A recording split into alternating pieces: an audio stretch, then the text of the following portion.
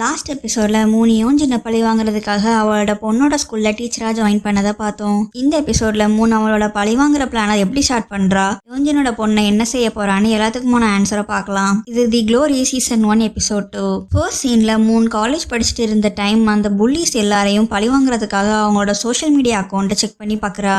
அதே நேரம் அந்த புல்லிஸ்ல ஒருத்தனான சன் அதே புல்லி கேங்ல இருந்த சாராவுக்கு ட்ரக் கொடுக்க வாரான். சாரா ஒரு ஆர்டிஸ்ட், அவ ட்ரக் எடுத்துக்கிட்டா மட்டும்தான் அவளால நல்லபடியா டிரா பண்ண முடியும். இதுக்காக ஒவ்வொரு தடவையும் டிரா பண்றதுக்கு முன்னாடி ட்ரக்ஸ் எடுத்துப்பா. ஃபிளைட்ல கொரியாக்கு வந்துட்டு இருந்த ஜெய்ஜூன் கிட்ட ஒரு ஃபிளைட் அட்டெண்டன்ட் ஏதாச்சும் ஹெல்ப் வேணுமான்னு வந்து கேட்க, அவனும் எனக்கு தூக்கம் வர மாட்டேங்கி ஏதாச்சும் பாடுறியான்னு கேக்குறான். இந்த ஜெய்ஜூன் தான் ஸ்கூல் டைம்ல யோன்ஜினோட பாய் ஃப்ரெண்டா அந்த புல்லி கேங்ல இருந்தவன். பாட்டு பாட சொன்ன ஃபிளைட் அட்டெண்டன்ட் அவன் காது பக்கத்துல போய் வாயை மூட்டிட்டு நல்லா தூங்குன்னு சொல்றா. இவ தான் அந்த புல்லி கேங்ல 4வது ஆளான சாய். அவனை தூங்க சொல்லிட்டு பாத்ரூம்க்கு போன சாய் அவன் கிட்ட ஃபிளைட் லேண்ட் ஆனதும் என்ன வீட்டுல டிராப் பண்றியான்னு மெசேஜ் பண்றா. ஆனா அவனோ பஸ் பிடிச்சி வீட்டுக்கு போகணும் சொல்லிடுறான். அவன் ஏன் இவகிட்ட இப்படி சொல்றான்னா, அந்த புல்லி கேங்லயே இவகிட்ட மட்டும்தான் காசு எதுவும் கிடையாது. ஆனா இந்த ஜெய்ஜுனோ தனக்குன்னு சொந்தமா ஒரு பெரிய கிளாத்திங் ஸ்டோரே வச்சிருக்கிறான். இங்கதான் யோன்ஜினும் அவனும் சீக்கிரட்டா மீட் பண்ணிப்பாங்க. ஒரு நாள் அப்படி மீட் பண்ணும்போது உன்னோட கல்யாண வேலைலாம் எப்படி போகுதுன்னு கேட்டுட்டு நீ வேணா என்ன மேரேஜ் பண்ணிக்கோன்னு சொல்றான். இந்த எல்லா நியூஸையுமே மூன் யோன்ஜினோட சோஷியல் மீடியாவை பார்த்தே தெரிஞ்சுக்கிறா. அதை பார்க்கும்போது அவளுக்கு இப்பவும் கையில இருக்கிற காயம்லாம் வலிக்க ஆரம்பிக்குது. எல்லா புல்லிஸோட அக்கௌண்ட்டையும் ஃபுல்லா பார்த்து முடிச்ச அவ பிளானை எக்ஸிக்யூட் பண்ண ரெடி ஆகுறா. மூன் கூட அந்த ஃபேக்டரியில ரூம்மேட்டா இருந்த பொண்ணு இப்போ வரைக்கும் அவ கூட ஃப்ரெண்டா தான் இருக்கிறா. அந்த பொண்ணும் இவங்களே யோசிச்சுட்டு உன்ன லைஃபை கெடுத்துக்காத, நம்ம வேணா அந்த புல்லிஸ் எல்லாரையும் ஆளு வச்சு அடிச்சுக்கலாம்னு சொல்றா. அதை பொறுமையா கேட்ட மூணும், எனக்கு அவங்கள அடிக்கலாம் வேணாம், கொல்லணும், ஆனா இப்போ எதுவுமே உடனே பண்ணக்கூடாது, கவனமா ஸ்டெப் பை ஸ்டெப்பா தான் பண்ணணும்னு சொல்ல அந்த ஃப்ரெண்டோ ஷாக் ஆகி பாக்குறா. அப்ப அப்படியே இன்னைக்குதான் யோன்ஜினுக்கு மேரேஜ் உனக்கு தெரியுமான்னு கேட்க, அவளும் தெரியும், அவ ஆசைப்பட்ட மாதிரியே அவளோட கனவு நிறைவேற போகுதுன்னு சொல்றா. இப்போ லைப்ரரியில யோன்ஜினுக்கு ஹஸ்பண்ட் ஆக போறவன் ஒரு கேமை பத்தின புக்கை ரீட் பண்ண ஆப்போசிட்ல மூணும் உட்காந்து அதே புக்கை படிக்கிறா. அப்போ அவ மொபைலுக்கு ஒரு மெசேஜ் வர உடனே அவனும் திரும்பி பாக்குறான். அவளுக்கு வந்த மெசேஜ்ல ஒரு ஸ்கூல் பையனுக்கு மேக்ஸ் கிளாஸ் எடுக்கணும், எவ்வளவு வேணா பணம் தரணும்னு இருக்கு. அதனால அவளும் அந்த பையன் வீட்டுக்கு கிளாஸ் எடுக்க போக அந்த பையனும் நீங்க ரொம்ப அழகா இருக்கீங்கன்னு சொல்லிட்டு கொஞ்சம் மோசமாவும் பேச ட்ரை பண்றான். அதை கேட்ட மூணும், இதுதான் நான் உனக்கு எடுக்க போற லாஸ்ட் கிளாஸ், நீ பேசின எல்லாத்தையும் உன் அம்மா ஆல்ரெடி கேட்டுட்டு தான் இருக்காங்க, உங்க பையன் இப்படி பண்ணதை வெளியே யார்கிட்டையும் சொல்லக்கூடாதுன்னா எனக்கு எக்ஸ்ட்ரா அமௌண்ட் பே பண்ணுங்கன்னு சொல்லிட்டு அங்க இருந்து கிளம்பிடுறா. அப்படியே அவனோட அம்மா கிட்ட பணத்தை வாங்கிட்டு வெளியே வந்த மூணு சாப்பிடாததெல்லாம் வாங்கி கீழே விழ அவளை ஹாஸ்பிட்டல்ல சேர்த்துடுறாங்க. அதே நேரம் பக்கத்து பெட்ல ரோட்ல சண்டை போட்டு அடிப்பட்ட ஹீரோவும் அட்மிட் ஆகுறான். அப்போ அவங்க வந்து டாக்டர் நர்ஸ் கிட்ட இவனுக்கு ட்ரீட்மெண்ட் கொடுக்க சொல்லிட்டு இந்த பத்தி நம்ம டாக்டர் கிட்ட எதுவும் சொல்லாதான்னு சொல்லிடுறாரு. இவங்க ரெண்டு பேரும் ஹாஸ்பிட்டல்ல அட்மிட் ஆகி இருக்க யோன்ஜின்கோ ரொம்ப கிராண்டா ஆசைப்பட்ட மாதிரியே ஒரு பணக்கார ஹஸ்பண்ட் கூட மேரேஜ் நடக்குது. பாய் ஃப்ரெண்ட் சேஜுன் அவ கல்யாணத்துல சிரிக்கதை பார்த்து வருத்தப்பட்டுட்டு அவளை பார்க்க அந்த ஃபிளைட் அட்டெண்டன்ட் சாய் இவனை பாக்குறா. அதுக்குள்ளே ஹாஸ்பிட்டல்ல இருந்து வந்த மூணு அந்த வெட்டிங்க தூரமா நின்று பார்த்துட்டு வெட்டிங் கேக்க சாப்பிட்டுட்டு அங்க இருந்து கிளம்பிடுறா. ஒரு பெரிய சேனல்ல வெதர் ஃபோர்காஸ்டா இருக்கிற யோன்ஜின் தன்னோட ஸ்கிரிப்டை ரீட் பண்ணி பார்த்துட்டு நீ எழுதின ஸ்கிரிப்ட் ரொம்ப நல்லா இருக்கு, நீ எந்த கண்ட்ரிக்கு போகணுமோ அதை சொல்லு, நான் உனக்கு காசு தரேன்னு சொல்றா. இதனால அந்த பொண்ணு ரொம்ப ஹாப்பியாகி போக கொஞ்சம் காசு தூக்கி போட்டதும் எப்படி நாய் மாதிரி வாழாட்டுறாங்கன்னு யோன்ஜின் சொல்றா. இவ இப்படி சொன்னது இதை கேட்டுட்டே அங்க நின்று அவளோட ஹெல்ப்பருக்கும் ரொம்ப கஷ்டப்படுத்துது.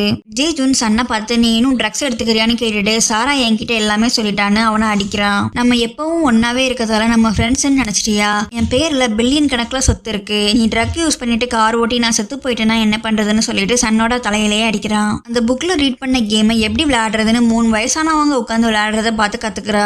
அப்ப தெரியாம ஹீரோ மேல மோத அவங்க ரெண்டு பேருக்கும் ஹாஸ்பிட்டல்ல மீட் பண்ணது ஞாபகம் வருது.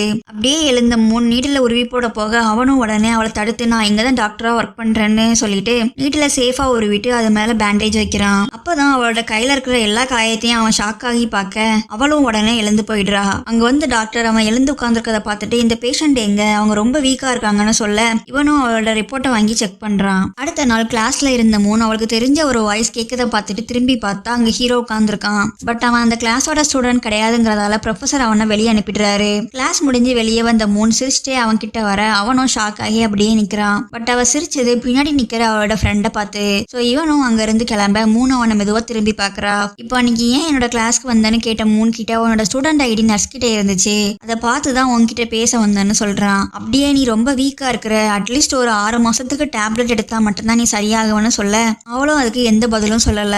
அப்போ உனக்கு இந்த கேம் பிடிக்குமா, நான் வேணா சொல்லி தரவான்னு கேட்டவன் கிட்ட அவளும் உடனே சரின்னு சொல்லிடுறா. ஈவினிங் மீட் பண்ண அவன் மூணுக்கு ஃபுல் கேமையும் சொல்லி கொடுக்குறான். அப்படியே அவங்களோட ஃப்ரெண்ட்ஷிப் டெவலப் ஆகி அவங்க அடிக்கடி கேம் விளையாடுறதுக்காக மீட் பண்றாங்க. ஒரு நாள் அவன் அவளுக்கு ஒரு மெடிசன் கொடுத்துட்டு டீச்சர் எக்ஸாம்ல நல்லா பண்ணுன்னு சொல்ல அவளும் இவ்வளவு நாள் எனக்கு ஹெல்ப் பண்ணதுக்கு தேங்க்ஸ்னு சொல்றா. அதை கேட்ட அவனும் இனிமே என்ன மீட் பண்ண வர மாட்டியான்னு கேட்க அவளும் ஆமான்னு சொல்லிடுறா. கொஞ்ச நாள்லயே 3 டீச்சர் எக்ஸாம பாஸ் பண்ண யோன்ஜினுக்கும் பேபி பிறந்துடுது. ஒரு 7 வருஷம் அப்புறம் யோன்ஜினோட ஹஸ்பண்ட் அவளுக்கு ஒரு கிரீன் ஷூவை கிஃப்ட் கொடுத்து அவனே போட்டு விடுறான். அப்ப அவங்க வீட்டுக்கு வெளியே கிடந்த குப்பையை எடுத்த மூன் அதெல்லாம் ஒட்ட வச்சு ஏதாச்சும் இம்பார்ட்டன்ட் க்ளூ கிடைக்குமான்னு பாக்குறா. அதுல இருந்த லெட்டர்ஸ் எல்லாம் ரீட் பண்ணும்போதுதான் யோன்ஜினோட பொண்ணு அவளோட ஹஸ்பண்டோடது இல்ல, அவ பாய் ஃப்ரெண்ட் ஜேஜினோடதுன்னு தெரிய வருது.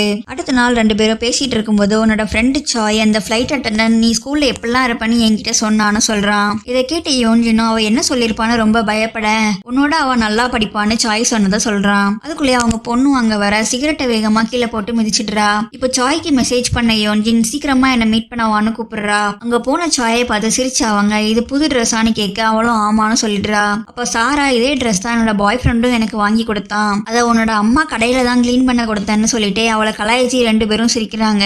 இப்படிதான் கஸ்டமரோட ட்ரெஸ்ஸை திருடி போடுவியான்னு சொல்லிட்டு அவன் மேல தண்ணியை ஸ்ப்ரே பண்றா. அப்படியே உன் தகுதிக்கு ஏத்த மாதிரி நடந்துக்கோ, நம்ம ஸ்கூல்ல 3 இருந்ததால தான் நாங்க அவளை புள்ளி பண்ணோம், இல்லைன்னா எங்க டார்கெட் நீயா தான் இருந்திருப்பேன்னு சாரா சொல்றா. அப்ப எழுந்து வந்த யோஜின் என்ன பத்தியே என் ஹஸ்பண்ட் கிட்ட காசி பேசியிருக்க, நீ என்னோட ஃப்ரெண்ட் எல்லாம் ஒன்னும் இல்லைன்னு சொல்ல அவளும் அழ ஆரம்பிச்சிடுறா. நான் வேணா இதை கிளீன் பண்ணி கொடுத்துறேன்னு சாய் சொன்னதும் நீ போட்டதெல்லாம் எனக்கு வேணாம் அதை நீயே வச்சுக்கோன்னு சொல்லிட்டு சாராவும் போயிடுறா. அவங்க போனதும் இவளும் தன்னோட மொபைல்ல போட்டோஸ் எடுத்து சாரா கிஃப்டா கொடுத்ததுன்னு போஸ்ட் பண்ணிடுறா. டிவில யோன்ஜின் வெதர் ரிப்போர்ட் பண்ண அவளோட ஹஸ்பண்ட் அதை சாப்பிட்டுட்டே பார்த்துட்டு இருக்கிறான். ஆனா அதே நேரம் ஹீரோவும் அதே தான் பார்த்துட்டு இருக்கிறான். அது ஏன்னா ஒரு டைம் மூணு அவங்க கிட்ட அந்த சேனல் தான் நான் டெய்லி பார்ப்பேன்னு சொல்லியிருக்கிறா. அவளை மறக்க முடியாம டெய்லியும் அவங்க ஸ்பாட்க்கு போய் பாக்குறான். பட் அங்க அவ இல்லவே இல்ல. ஜெய்ஜினோட கடைக்கு வந்த சன் அங்க 3 உட்கார்ந்துருக்கத பார்த்துட்டே என்ன ஞாபகம் இருக்கான்னு கேட்க அவளும் உன்னை எப்படி மறப்பேன்னு சொல்றா. இப்போ நீ என்ன ஒர்க் பண்றன்னு கேட்டதுக்கு நான் ஒரு டீச்சரா இருக்கிறேன், அப்பப்போ உன்னை பத்தி யோசிப்பேன்னு சொன்னதும் அவனும் சிரிச்சிட்டே அவளை பாக்குறான். அப்ப அவ ட்ரெயில் பார்த்துட்டு இருந்த கிரீன் ஷூவை அவனே அவ கால்ல போட்டு விடுறான். அவகிட்ட ட்ரிங்க் பண்ண போலாமான்னு கேட்டுட்டே அந்த கிரீன் ஷூவை ஃப்ரீயாவே வச்சுக்கோ, இது என்னோட கடை மாதிரி தான் சொல்றான். அவளுக்கு காஃபி ஊத்திட்டே என்னை பத்தி ஏதோ திங்க் பண்ணுவேன்னு சொன்னியே, என்னெல்லாம் திங்க் பண்ணுவேன்னு சன் கேட்கறான். அவளும் அதுக்கு எதுவுமே மாறல, எல்லாம் அப்படியே தான் இருக்குது, நீ ஸ்கூல்ல இருந்த மாதிரி தான் இப்பவும் ஜெய்ஜூனுக்கு அடிமையா இருக்கிறேன்னு சொல்ல சனுக்கு கோவம் வந்துருது. நீ ஜெய்ஜூனை அழிச்சிட்டு மேல வரணும்னா நான் உனக்கு ஒரு முக்கியமான சீக்கிரட்டை சொல்றேன்னு சொல்லிட்டு சிரிக்கிறா. வெளியே வந்த அவ ஃப்ரெண்டு கூட ட்ரிங்க் பண்ணிட்டு இருக்கும்போது எப்பவும் இந்த வாட்சை போட்டிருப்பியான்னு கேட்கறா. அதுக்கு அவனும் இது என்னோட அப்பாவோட வாட்ச்னு சொல்லிட்டு உன்னோட கண்ணு இன்னைக்கு ரொம்ப அழகா இருக்குன்னு சொல்ல அவளும் ஒரு கால் வந்ததால எழுந்து போயிடுறா. மறுபடியும் யோன்ஜின் வீட்டுக்கு குப்பை எடுக்க வந்த அங்க குப்பை எதுவும் இல்லாததால கிளம்ப போக அந்த வீட்டோட வேலைக்காரி குப்பையை வச்சுட்டு இதை தானே நீ தேடுறன்னு கேட்கறா. நான் முன்னாடியே இந்த குப்பையை நீ எடுக்கிறத பாத்திருக்கேன், அதனால உன்னை போட்டோ எடுத்து என்னோட மொபைல்ல பத்திரமா வச்சிருக்கேன்னு சொல்றா. அதுக்கு உனக்கு காசு வேணா நான் தரேன்னு சொல்ல காசு எல்லாம் எனக்கு வேணாம், நானும் உன் சைடு தான், உனக்கு நீ என்ன ஹெல்ப் பண்ணாலும் நீ என்கிட்ட கேளு, ஆனா எனக்கும் நீ ஒரு ஹெல்ப் பண்ணணும்னு சொல்றா. அது என்னன்னு கேட்டதுக்கு என்னோட ஹஸ்பண்டை நீ கொல்லணும்னு சொல்லிட்டு கண் கலங்கி பாக்குறா. ஏற்கனவே புள்ளிஸ் அழிக்க பிளான் போட்டிருக்கதால ஃபர்ஸ்ட் அதை செய்வாளா இல்ல இந்த வேலைக்காரி ஹேங்கோட ஹஸ்பண்டை கொல்ல ஹெல்ப் பண்ணுவாளா? இது எல்லாத்துக்குமான ஆன்சர் நெக்ஸ்ட் எபிசோட்ல பார்க்கலாம். நீங்க இன்னும் நம்ம சேனலை சப்ஸ்கிரைப் பண்ணலாம், சப்ஸ்கிரைப் பண்ணிட்டு நெக்ஸ்ட் எபிசோட்காக வெயிட் பண்ணுங்க.